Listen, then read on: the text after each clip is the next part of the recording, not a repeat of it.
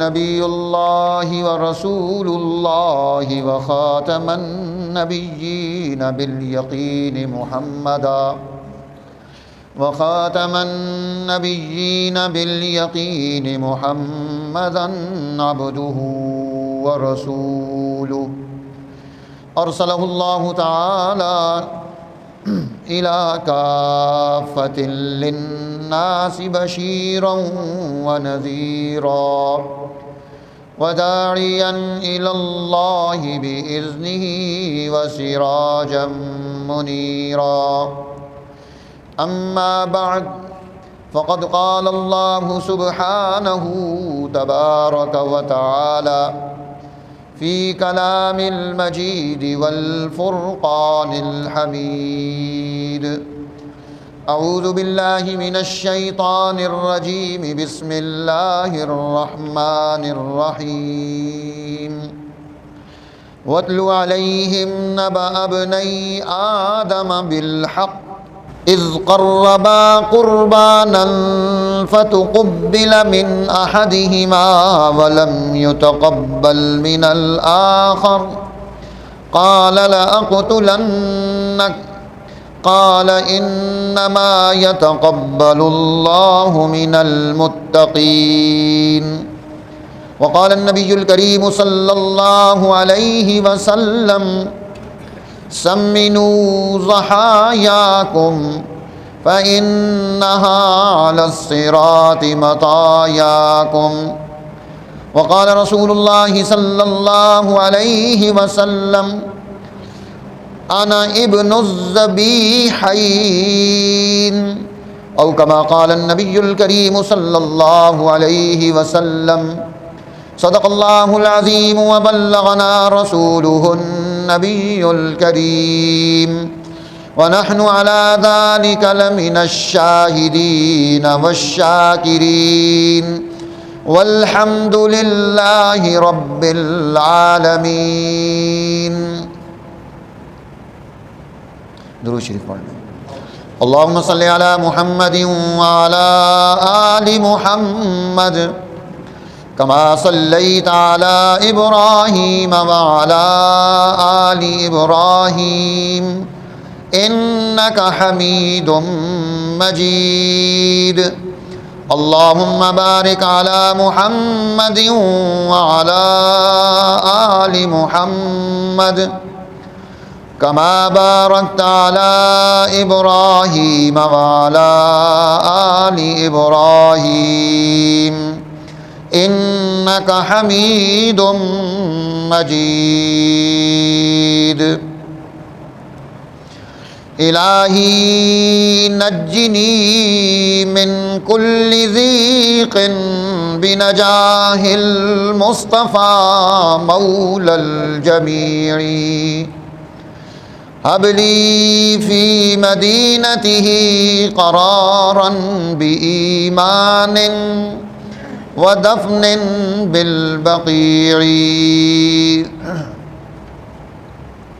محترم سامعین کرام، عزیز دوستو، اللہ جل جلالہ نے قربانی کا یہ عمل ابتدائے انسانیت سے جاری فرمایا ہے. سیدنا ابراہیم خلیل اللہ علیہ السلام اور اس سے پہلے انبیاء سابقین سب نے قربانی کی. سیدنا آدم علیہ السلام کے دو بیٹے وہ قربانی کے عمل سے گزرتے ہیں. یہ بھی تاریخ ہے. آدم علیہ السلام کے بعد اس سلسلہ نبوت و رسالت کی ذمہ داری کون اٹھائے گا، نیابت کس کے پاس ہوگی؟ حابیل و قابیل میں اس پر بحث ہے. اللہ کے ہاں قبولیت چلتی ہے، قابلیت نہیں چلتی کہ کوئی بہت قابل ہو تو پھر اسے ہی کوئی نگرانی دی جائے، اور قبولیت کے لیے انسان کے اندر کی خوبیاں دیکھی جاتی ہیں، باہر کی خوبیاں نہیں دیکھی جاتی۔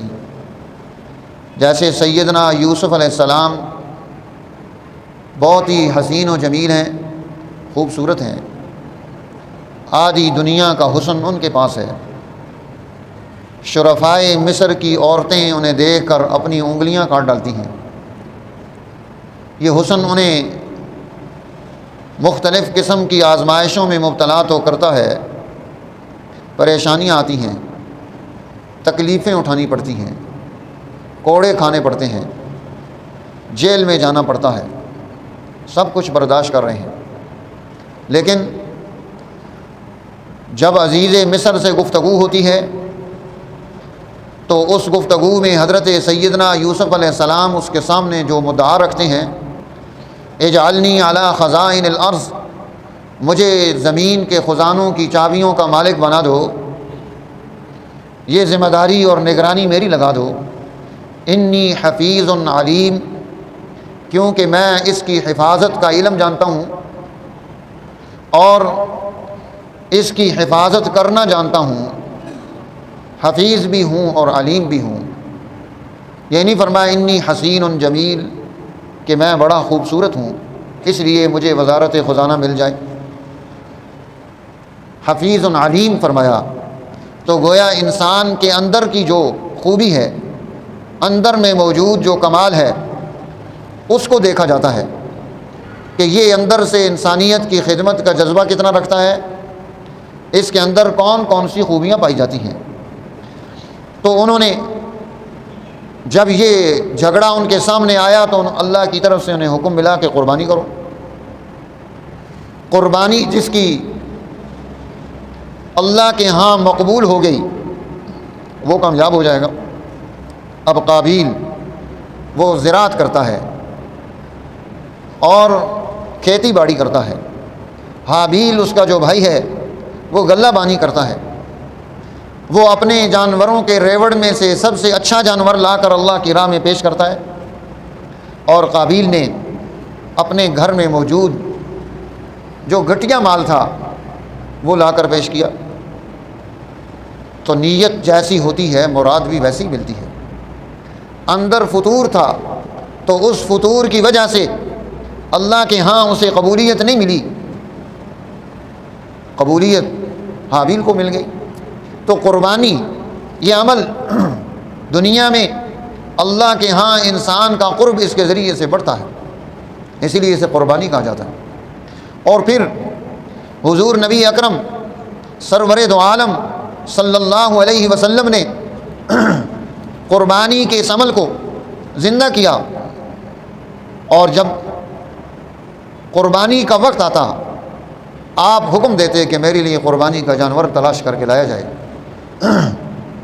اور اسے خود ذبح فرماتے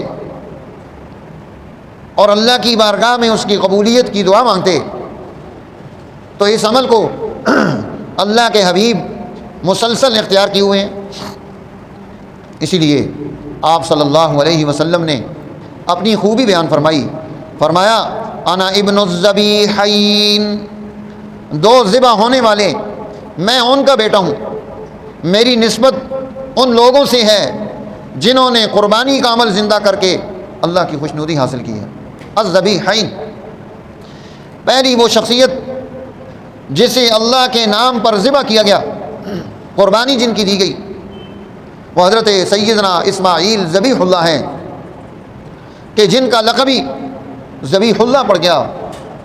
جیسے حضرت سیدنا موسیٰ کلیم اللہ ہیں، سیدنا عیسیٰ روح اللہ ہیں، سیدنا ابراہیم خلیل اللہ ہیں، سیدنا محمد الرسول اللہ ہیں، اسی طرح حضرت اسماعیل ذبیح اللہ ہیں کہ جنہوں نے اللہ کے نام پر قربانی دی۔ اب جب یہ قربانی کا عمل اللہ کے ہاں مقبول ہوا، جنت سے ان کے لیے مینڈ آ گیا، اس کے گلے پر چھری پھر گئی، یہ دونوں باپ اور بیٹا اللہ کے حکم کو زندہ کرنے کے لیے تیار ہیں۔ ابھی حجاج کرام حج کے لیے روانہ ہو چکے، کچھ جا رہے ہیں، وہ 10 ذی الحجہ کو مینا میں اللہ کے حکم سے وہاں شیطان کو کنکریاں ماریں گے۔ یہ عمل کیا ہے؟ 11 کو بھی، 12 کو بھی، 13 کو بھی وہ کنکریاں مار رہا ہے، پتھر پھینکتا ہے۔ رجم للشیطان، شیطان کو رجم کرتا ہوں، رزر الرحمن، رحمان کی رضا حاصل کرتا ہوں، بسم اللہ، اللہ کے نام کے ساتھ اس عمل کو زندہ کرتا ہوں۔ کنکری پھینکتا ہے، اللہ کے حکم کو روکنے کے لیے کوشش میں مصروف ہے۔ ان شیطانی قوتوں کے لیے رجم ہے۔ حضرت ابراہیم خلیل اللہ پتھر اٹھا کر مارتے ہیں۔ ہر حاجی کو وہاں جانے والے کو حکم دے دیا، بلکہ اس پر واجب کر دیا کہ یہ لازمی امر ہے، تم نے پتھر یہاں آ کر اس کو مارنے ہیں۔ یہ حضرت سیدنا ابراہیم خلیل اللہ علیہ الصلاۃ والسلام جب قربانی کے اس عمل کو قائم کرنے کے لیے آگے بڑھے، شیطان راستے میں رکاوٹ ڈالتا ہے۔ ابراہیم ایسا نہ کرو، غلطی پر ہو، پچھتاؤ گے، بڑی منتوں مرادوں کے بعد بچہ ملا ہے، 80 سال کی عمر میں، کوئی واضح حکم بھی تو نہیں آیا، خواہ بھی آئی ہے نا، کیوں ایسا کر رہے ہو؟ اور پھر ایک نہیں، وہ بڑا شیطان آ کر سمجھاتا ہے، پھر اپنی شیطانی قوتوں میں سے درمیانے لوگوں کو بھیجتا ہے، پھر اپنی شیطانی قوتوں میں سے بچوں کو بھیجتا ہے، جاؤ اس بچے کو برگلانے کی کوشش کرو کہ یہ اللہ کے حکم کے لیے قربان ہونے سے انکار کر دے۔ اسی لیے آپ بڑے شیطان کو بھی پتھر مارتے ہیں، درمیانے کو بھی مارتے ہیں، وہ چھوٹے شتونگڑوں کو بھی مارتے ہیں کہ وہ بچوں کے ذریعے سے خرابی پیدا کرتے ہیں۔ تو بچوں کو شیطان بھی استعمال کر لیتا ہے، جیسے حدیث پاک میں آتا ہے، اللہ کے نبی کا دسترخوان لگا ہوا تھا، کھانا کھا رہے، اب حضرت ابو بکر صدیق آئے، آ کر سلام کیا اور کھانے کے دسترخوان میں شامل ہو کے بسم اللہ پڑھ لی۔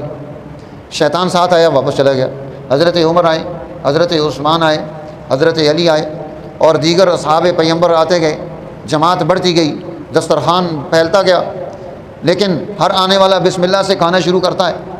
جب بسم اللہ سے شروع کیا تو شیطان کا عمل دخل ختم ہو گیا۔ اب شیطان نے کیا کیا؟ وہ باہر گراؤنڈ میں گیا، ایک بچے کو جو کھیل رہا تھا اسے وہاں سے وسوسہ اس کے دل و دماغ میں ڈالا، اسے وہاں سے بھگاتا ہوا لایا، یہاں تک کہ آ کر اس کا ہاتھ کھانے کے اس برتن پر جو اللہ کے نبی کے سامنے تھا ڈالنے لگا۔ اللہ کے نبی نے ایسے پکڑ لیا۔ جب ایسے پکڑا نا، آپ نے فرمایا میرے اس ہاتھ میں 2 ہاتھ ہیں، ایک اس بچے کا ہے اور ایک اس کے ساتھ شیطان کا ہے۔ اس نے ہر مرتبہ کوشش کی کہ وہ ہمارے کھانے میں شامل ہو جائے، لیکن ہر آنے والا بسم اللہ سے کھانا شروع کرتا تھا۔ شیطان کو اللہ کا نام ہضم نہیں ہوتا، اس لیے حکم دیا کہ جب بھی کھانا کھاؤ بسم اللہ سے شروع کرو۔ تو اللہ کے نبی نے فرمایا اس ہاتھ میں 2 ہاتھ ہیں، شیطان اس بچے کو لے کر آیا تھا کہ اس کے ذریعے سے میں کیا کروں، اس کھانے میں شامل ہو جاؤں۔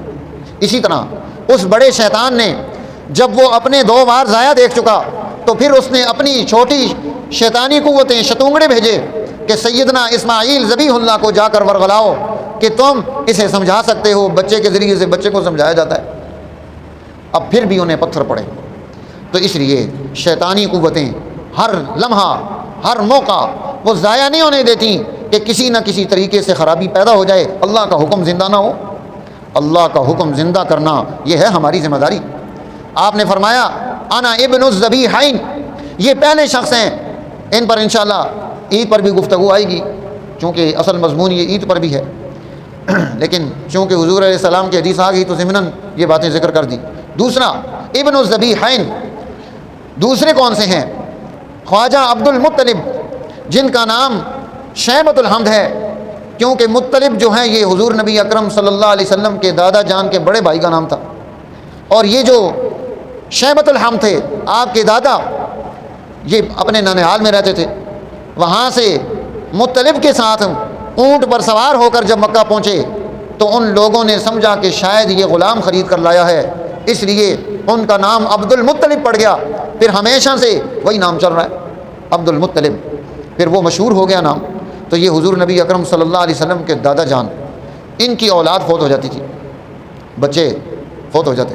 اب انہوں نے جو ہے منت مان لی کہ اگر میری اولاد بچ گئی تو میں اپنی اولاد میں سے محبوب ترین بچے کو اللہ کے راستے پر قربان کروں گا۔ اب اللہ نے 10 بچے عطا فرما دیے۔ اب جب وقت آیا اپنی اس نیت کو، مراد کو پورا کرنے کا، منت کو پورا کرنے کا اب سب سے زیادہ محبوب انہیں حضرت عبداللہ تھے جو نبی اکرم سرور دو عالم صلی اللہ علیہ وسلم کے والد گرامی ہیں۔ اب تیاری ہو رہی ہے کہ اس منت کو پورا کرنا ہے، اللہ کے حضور میں یہ منت مانی ہے۔ اب جب تیار ہو کر ان کو ذبح کرنے کے لیے، قربان کرنے کے لیے نکل رہے ہیں، راستے میں خاندان کھڑا ہو گیا، بہنیں آ گئیں، پھوپھیاں آ گئیں اللہ کے نبی کی کہ نہیں یہ ایسا نہ کریں۔ کیا کریں؟ کہا اس کے بدلے میں اونٹوں کی قربانی کر دو۔ انہوں نے کہا ٹھیک ہے، 10 اونٹ ہم ذبح کرتے ہیں۔ اب 10 اونٹ ایک طرف، دوسری طرف حضرت عبداللہ کا نام لکھ کر قرعہ ڈالا تو عبداللہ کا نام پھر نکل آیا، اونٹوں کا نام نہیں نکلا۔ انہوں نے کہا کہ نہیں آپ اونٹ بڑھا دیں، 10 اور بڑھا دیے، 20 ہو گئے، پھر بھی نام حضرت عبداللہ کا نکلا، 30 ہو گئے، پھر بھی انہی کا نام نکلا، 40 ہوئے، 50 ہوئے، 60 ہوئے، 70 ہوئے، 80 ہوئے، 10 اونٹ بڑھاتے گئے، 90 ہو گئے، پھر بھی حضرت عبداللہ کا نام نکلا، 10 اونٹ اور بڑھا دیے، 100 اونٹ ہو گئے۔ اب جب 100 اونٹ مکمل ہوئے پھر قرعہ ڈالا تو اونٹوں کا نام نکل آیا۔ اب ان 100 اونٹوں کو اللہ کے نام پر ذبح کیا گیا حضرت رسول اللہ صلی اللہ علیہ وسلم کی والد گرامی کی طرف سے کہ یہ ان کی جان کا فدیہ ہے۔ 100 اونٹ ذبح کیے انہوں نے، تو اللہ جل جلالہ نے ان کی حفاظت فرما کر حضرت رسول اللہ صلی اللہ علیہ وسلم کے لیے، ہمارے محبوب آقا کے لیے اگلا دور پیدا کرنا تھا، تو یہ ایک عظیم الشان ایک اس دور میں ایک کام اللہ کے حبیب صلی اللہ علیہ وسلم کے آنے سے پہلے ہو رہا ہے، اس خاندان کی عزت و عظمت کو انسانوں کے سامنے پیش کرنے کے لیے۔ اور پھر یہ 100 اونٹ یہ دیت مقرر ہو گئی، 100 اونٹ دیت مقرر ہو گئی کہ اگر کوئی آدمی کسی کو ناحق قتل کر دے تو اسے بدلے میں 100 اونٹ ادا کرنے پڑیں گے، یہ دیت ہے، سر کی دیت 100 اونٹ ہے۔ اس لیے اب جب کسی کو 100 اونٹ دینے پڑیں گے تو پھر کون کسی کو قتل کرے گا؟ اس کو پتہ ہو کہ مجھے 3-4 کروڑ روپیہ دینا پڑے گا۔ ہماری عدالتوں میں تو ظلم ہے، انصاف نہیں، اس لیے انسانیت کو بے دریغ قتل کیا جاتا ہے، ظلم کیا جاتا ہے۔ تو اس ظلم کو کیسے روکا جائے گا؟ تبھی جب اس کو ان قوانین کا دین اسلام کے پابند بنایا جائے گا کہ انسانی جان کی عزت، حرمت، اس کو قائم کرنا یہ بڑا ضروری ہے۔ اس لیے دین اسلام نے یہ مستقل قوانین بتائے ہیں کہ جو آدمی کسی انسان کی کوئی چیز ضائع کرتا ہے اسے اس کے بدلے میں سزا دی جاتی ہے۔ 1 انگلی کسی کی کوئی کاٹ دے، 10 اونٹ اس کو جرمانے کے طور پر دینے پڑیں گے۔ کیوں انگلی کاٹی ہے؟ اس لیے یہ انسانی جان ہے، اس کی عزت، اس کی حرمت، اس کا وقار، اس کو قائم کرنا، یہ دین اسلام دنیا میں انسانی وقار کو قائم کرنے کے لیے تو ہے۔ اس لیے آپ فرما رہے ہیں انا ابن الذبیحین، میں ان 2 شخصوں کی اولاد ہوں جنہوں نے اللہ کے نام پر اپنی جان کی قربانی پیش کی، تیار ہو کے قربان ہونے کے لیے۔ اور یہاں بھی یہی عمل تھا، جب انہوں نے اپنی ساری اولاد کو جمع کیا اور کہا کہ دیکھو اللہ کے راستے میں یہ قربانی کا عمل اختیار کرنا ہے، تم تیار ہو؟ تو آپ صلی اللہ علیہ وسلم کے خاندان کے یہ سارے لوگ، آپ کے والد گرامی، آپ کے تمام تائے، یہ سب کے سب تیار تھے کہ ٹھیک ہے ہم میں سے جس کی مرضی آپ جان لے لیں، ہم قربان ہونے کے لیے تیار ہیں۔ تو اس لیے یہ ابن الذبیحین ہے کہ آپ قربانی کے اس عمل کو جب زندہ کیا گیا، اس کا نتیجہ یہ نکلا، اللہ نے آپ کو یہ نبوت عطا فرمائی، رسالت عطا فرمائی، اور اس کے ذریعے سے انسانیت کے لیے اگلا دور پیدا کیا۔ تو قربانی کے اس عمل کو قائم کرنا، اسے زندہ کرنا، اس کا اہتمام و التزام کرنا، اس کے لیے سعی اور کوشش کرنا، اس کے لیے جد و جہد کرنا، یہ بہت عظیم کام ہے۔ اس لیے فرما فتیبو بہا نفسا، اپنی دل کی خوشی کے ساتھ قربانی کے عمل کو زندہ کرو۔ اس لیے فرمایا سمنو ضحایاکم، اپنے جانوروں پر محنت کر کے انہیں تکڑا کرو، فإنہا علی الصراط مطایاکم، کیونکہ پل صراط پر یہ جانور تمہاری سواری ہوں گے۔ اس لیے فرمایا کہ اس قربانی کے عمل کی ہر چیز اللہ کے ہاں مقبول ہوتی ہے، یہاں تک کہ اس کے سینگ بھی تولے جائیں گے، اس کے کھر بھی تولے جائیں گے، اس کی اوجری بھی تولی جائے گی، اس کی چمڑی بھی تولی جائے گی، اس کی ہڈیاں بھی تولی جائیں گی، اس کی ہر چیز کو تول میں، ترازو میں رکھا جائے گا، اور اس کے بدلے میں اللہ بدلہ عطا کرے گا کہ اس انسان نے اللہ کے حکم پر، اس کی رضا جوئی کے لیے، اس کی محبت میں اس نے یہ قربانی کے عمل کو زندہ کیا ہے۔ اسی لیے اللہ کے نبی صلی اللہ علیہ وسلم نے ارشاد فرمایا من لہو سعۃ، جسے وسعت ہو، جس کے پاس گنجائش ہو، جسے اللہ نے مال دیا ہو، فلم یضحی، مال ہونے کے باوجود وہ قربانی نہ کرے، فلا یقربن مصلانا، وہ عید میں ہمارے ساتھ شامل نہ ہو۔ عید اس کی ہے جو وسعت رکھتا ہے اللہ کے حضور میں قربانی کے عمل کو زندہ کرتا ہے، اسے پیش کرتا ہے۔ تو اس کا اہتمام و التزام کہ جس کے پاس وسائل معیشت موجود ہیں وہ قربانی کے عمل کو زندہ کرے۔ اور اسی طرح جن خواتین کے پاس اگر سونا موجود ہو 7.5 تولے سونا تو اس پر بھی قربانی واجب ہوتی ہے، اور اگر اس کے پاس سونا بھی ہے، چاندی بھی ہے، پیسے بھی ہیں، دیگر اور چیزیں اس کے نام پر ہیں، تو پھر اگر سونا تھوڑا بھی ہو تو پھر بھی اس پر قربانی آئے گی، کیونکہ دوسرا نصاب اس کا پورا ہو رہا ہے۔ تو اس لیے قربانی کو یہ ہر ایک پر واجب ہے جو صاحب نصاب ہو، چاہے مرد ہو، چاہے عورت ہو، چاہے بچہ ہو، اس پر قربانی واجب ہے اگر وہ صاحب نصاب ہو گیا، کہ وہ اپنی طرف سے قربانی کرے۔ یہ ہمارے ہاں یہ جو ترتیب ہم نے بنا لی ہے کہ اس سال ابا جان کی طرف سے کریں گے، اگلے سال اماں جان کی طرف سے کریں گے، پھر بڑے بھائی کی طرف سے کریں گے، پھر بڑی بھابھی کی طرف سے کریں گے، پھر فلاں کی طرف سے کریں گے، اس طرح سے چکر چلا رہے ہوتے ہیں۔ یہ ترتیب شرعی نہیں ہے۔ ضروری نہیں کہ آپ فلاں کی طرف سے جو صاحب نصاب ہے اس پر قربانی واجب ہوگی۔ اب جو چاندی کا نصاب ہے وہ تقریباً 1 لاکھ روپیہ بنتا ہے، 80,000 90,000۔ اگر کسی کے پاس اس وقت میں 1 لاکھ روپیہ ایکسٹرا موجود ہو اس کے بینک میں، اکاؤنٹ میں، باقی چیزوں کے ساتھ، تو اس پر قربانی واجب ہو جائے گی۔ جس عورت کے پاس صرف سونا ہے اور کچھ بھی نہیں، اس کے لیے 7.5 تولے سونا ہے، اس کے ملکیت میں اور کوئی چیز نہیں، صرف سونا ہے، تو پھر 7.5 تولے دیکھا جائے گا، چونکہ اس کے پاس ایک ہی چیز ہے اور اس کا نصاب 7.5 تولے متعین ہے۔ تو اس طرح سے ہم قربانی کے اس عمل کو زندہ کریں، اور جس پر واجب ہے وہ اپنی طرف سے قربانی کرے۔ اگر بیٹے پر واجب ہے، وہ صاحب نصاب ہے، والد صاحب کے پاس پیسے نہیں، اگر وہ والد صاحب کی طرف سے قربانی کر بھی دیتا ہے تو خود جرمدار ہوگا، کیونکہ اس پر واجب تھی، اس نے اپنا واجب ادا نہیں کیا۔ ہاں، پہلے اپنا واجب ادا کر کے پھر نفلی زندوں اور مردوں دونوں کی طرف سے آپ قربانی کر سکتے ہیں۔ تو اس طرح سے ان مسائل کو بھی ہم نے سیکھنا ہے تاکہ ہم سیکھ کر اچھے طریقے سے قربانی کر سکیں۔ اللہ جل جلالہ ہمیں اہتمام نصیب فرمائے، توفیق نصیب فرمائے، تاکہ ہم اس عمل کو، یہ شاعر دین و اسلام ہے، اس کو قائم کر کے دین کی عزت و عظمت کو قائم کر سکیں۔ وآخر دعوانا الحمدللہ رب العالمین۔